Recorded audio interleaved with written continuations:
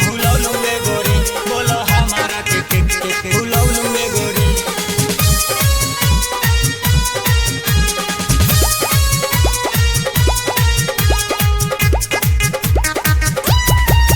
कौना यारावा से दिलावा लगौलू ए गोरी बोलो हमारा के कैसे तू भूलौलू ए गोरी बोलो हमारा के कैसे तू भूलौलू ए गोरी बोलो हमारा के कैसे तू भूलौलू ए गोरी।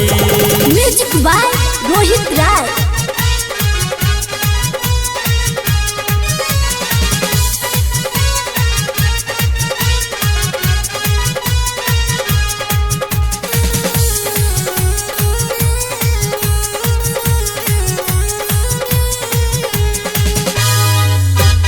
कैलू खराब तू तो हमारा ही हाल के भइल भी आँख लाल आज के रात से। कैलू खराब तू तो हमारा ही हाल के भइल भी आँख लाल आज के रात से। सोचेलू न तनी को विचारेलू गोरी कौना यारावा से करेलू तू प्यारे गोरी कौना यारावा से करेलू तू प्यारे गोरी कौना यारावा से करेलू तू प्यारे गोरी।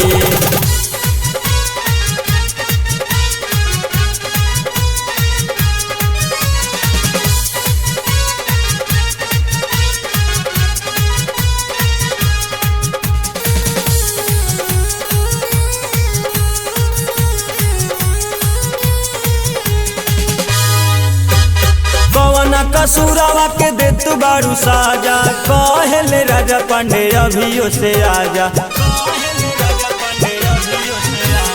कौना कसूरावा के देत बारू साजा कहले राजा पांडे अभियो से आजा। अपन साथी के तू कहेलू बेकारे गोरी कौना यारावा से करेलू तू प्यारे गोरी कौना यारावा से करेलू तू प्यारे गोरी कौना यारावा से करेलू तू प्यारे गोरी।